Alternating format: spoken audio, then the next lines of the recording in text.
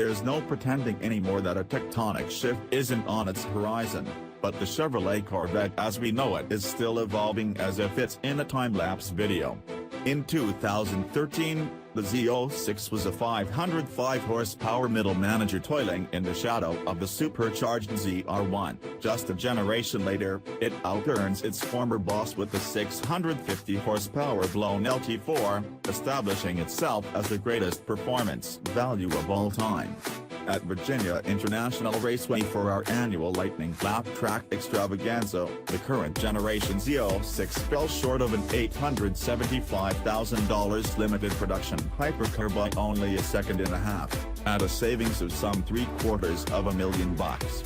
It'd be pretty easy to make a Z06 faster with another $775,000. Or you could let Chevy do it for you at a significant discount. Final pricing for the 2019 ZR1 isn't settled, but expect it to track the C6 generation ZR1 and start just above $120,000 when it reaches dealers in spring 2018. It's not wrong to think of the ZR1 as a Z06 with more. Both have supercharged engines, and aside from that, their drivetrains, either the 7-speed manual or the 8-speed automatic, are the same right down to the gear ratios. Suspension differences are limited to tuning. There are no fancy spool valve shocks here as there are on a Camaro ZL1 1.0e, as with the Z06, the ZR1 uses magnet or geological dampers. The ZR1's front wheels are half-inch wider, changing the tires' shoulder geometry, but its standard and optional rubber are the same pieces Z06 buyers get, and the ZR1's brakes are the Z06's optional rotors and calipers with new pads. But the ZR1 is precisely one step beyond just more.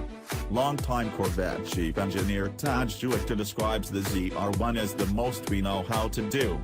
Here, the most means 755 horsepower and 715 pounds-to-foot of torque. And it starts, as it did in 1990 on the first ZR1 that most people remember, with an engine called LT5. With pushrods instead of its ancestors' dual overhead cams, though, this LT5 is an evolution of the 6.2-liter LT4 powering the current Z06. Like the Z06's engine, this one is capped by an E-twin supercharger. The blower is bigger than the LT4's, pumping 52% more air with each revolution, and taller by 2.9 inches. Corvette exterior design manager Kirk Benyon says that, when the design team tried to maintain typical hood clearances, you got behind the wheel, and you couldn't even see the right side of the car. Faced with this difficulty, his team decided to stay home. Stay home from Europe, that is. Foregoing European sales and ignoring the continent's rulebook meant not having to meet its stringent pedestrian protection regulations.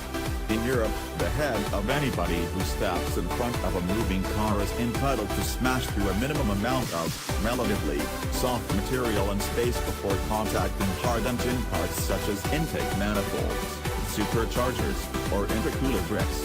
Here in the USA, we have thicker skulls, perhaps related to an above global average dairy intake, and the regulators will let you bonk your noggin on an engine that sticks up through the hood. The largest chunk of that carbon fiber strip running down the center of the ZR1's nose is, in fact, the intercooler cover. As Juichter describes it, you've got no air gap between the engine and the hood. You've got no hood blanket, you've got no construction between the hood inner and outer. All that stuff usually stacks on top of the engine, but we consume all of that and then let the engine crawl out another inch and a half. Adds Benyon, it was a challenge to get that hood right. It could get real backwards on you real fast. While you can now see the right side of the car, the view from the driver's seat is still pretty dramatic. Luke Skywalker's as he zooms down the trench toward the Death Star's exhaust port. And, Juichter promises, it's even more dramatic when you start the car. The engine moves around on you. You step on it, you can see the engine trying to pick the front of the car up and come out of the hole. Every twitch of your foot, you can see how the driveline is moving. It's part of the charm. In much the same way a great white chomping on the bars of your dive cage is part of the charm. We're also told the LT5 will shoot flames from its exhaust, so there's even charm for the people behind the ZR1. That last bit is a conveniently badass byproduct of the engine's new fuel delivery system, which uses both port and direct injection. At the other end of the combustion cycle, there's another benefit to Corvette's: louder exhaust. US pass-by noise regulations allow more decibels than do the European Unions. In addition to the electronically controlled butterfly valves in a Z06, the ZR1's exhaust system incorporates a newly patented internal valve that Juliker likens to the flap on top of a semi-tractor's exhaust pipe.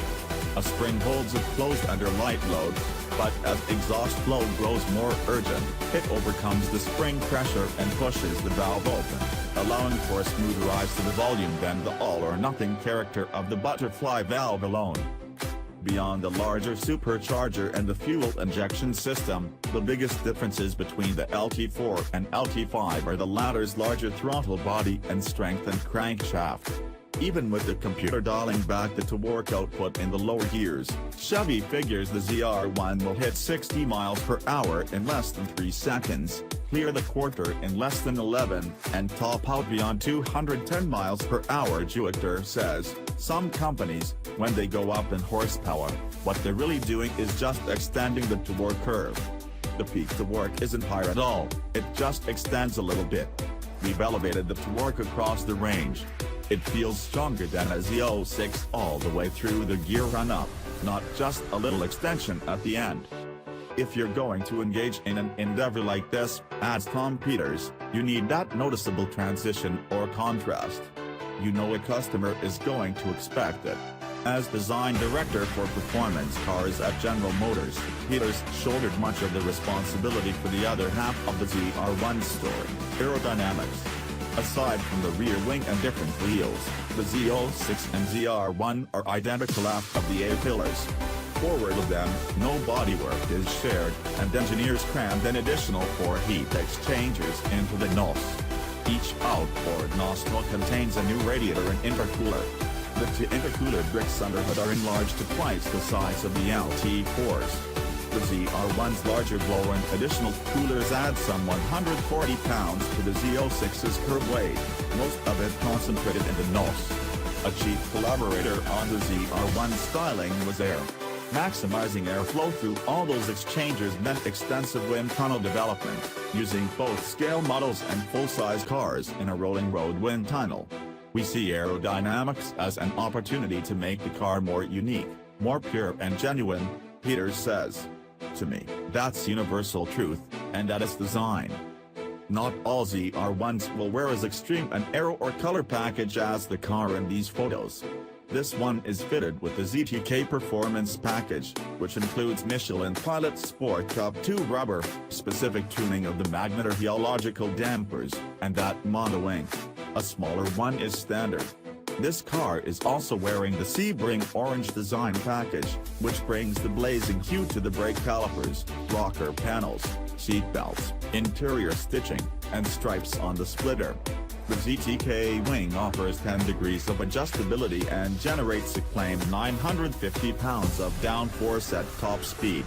That's more than the Z06's wicker build generates, and it's a vastly more efficient way of making downforce, which explains how the ZR1 can tack another 25 or so mph onto the Z06's top speed.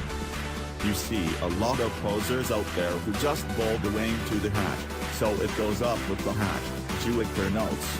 But if you're generating true downforce, like epic quantities of downforce, you can route that to the hatch. You'll crack it. So his wing mounts after the hatch opening, where 2 aluminum castings tucked inside the fascia tie into the back of the car's composite tub and transmit that load down to the bumper beam. He demonstrates the sturdiness of the setup by yanking on the wing with both hands, which shakes the whole car. ZR1s without the ZTK Performance Package will have the same carbon fiber front splitter as the car shown here, but the ZTK adds spindly vertical end plates that owe their toe-lopping thinness to the decision to stay out of Europe. According to Juliker, the EU's pedestrian protection rules mandate very doughy radii on such pieces. Why 2 different aero packages on such a low-volume model? We wanted to have the aerodynamic performance for our top-level track car, he explains, but we also wanted to have a car that people could drive to the country club and put their golf clubs in the back. Or, for that matter, stow the removable roof panel.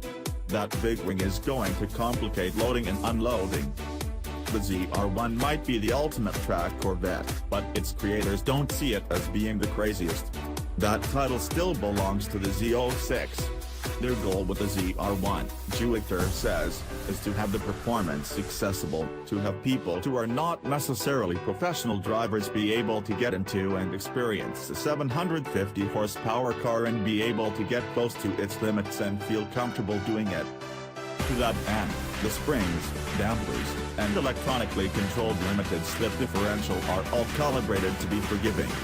Unlike the positively brutal Camaro ZL1 1.0 E, the ZR1 is a have your cake and eat it too kind of car, according to Juichter, a high-powered Grand Tourer.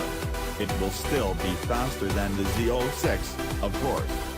Chevy's team uses a different track configuration than we do for lightning lap, but says the ZR1 laps for 2.5 seconds quicker than a Z06. If we can replicate that performance on the longer Grand West course, the ZR1 should set a new lightning lap record. It seems that Chevy is gunning for a sales record with the ZR1 as well. We've seen spy photos of ZR1 convertibles in addition to the coupes, so it appears that this generation will be available in all the flavors of the regular Corvette lineup, regardless of transmission or body style. The ZR1 promises to run away from more expensive machinery on a racetrack for a fraction of the price. No matter how much the Corvette might change, that's one thing that never will.